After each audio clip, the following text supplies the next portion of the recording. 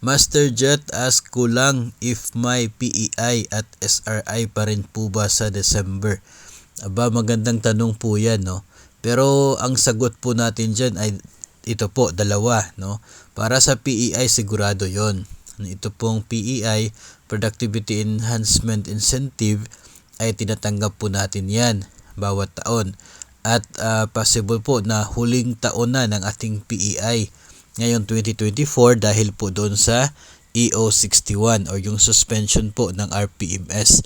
Kabilang kasi sa mga benefits na tinatanggap natin related sa RPMS, ito pong PEI at PBB. So, dahil po sa suspension order, Executive Order number 61, ay huling taon na po ito ngayon para po sa PEI. Maliban na lamang po kung i-extend, no? Kung maglalabas ng panibagong executive order to extend po ng PEI o kaya ay baka baguhin na yung pangalan. So, huling taon po ngayong taon para sa PEI. At ito po naman pong SRI, Service Recognition Incentive. Ito po kasi ay wala pong order para dito na nagsasabing every year siya makukuha. Ang basihan po ng SRI ay isa pong administrative order galing po sa Pangulo. No, so galing po sa panahon ni President Duterte, AO yung basihan para sa release ng SRI. At yung AO na yon, administrative order na yon, ay very specific sa isa pong taon.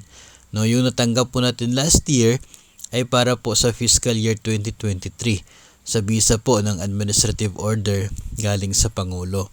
So ngayong taong 2024 ay wala pa pong existing na order for the release of SRI. Kaya sinasabi po natin na hindi pa sure. So depende po yan by December if the President will release an administrative order para po sa SRI, then that's the time na we can say pwede tayo magkaroon ng SRI. Depende na naman po yun sa funding source na makikita doon po sa order. Pero kung hindi po maglalabas ng order ang Pangulo, aba wala po tayong mai-expect na SRI. So yun po ang sigurado natin dyan.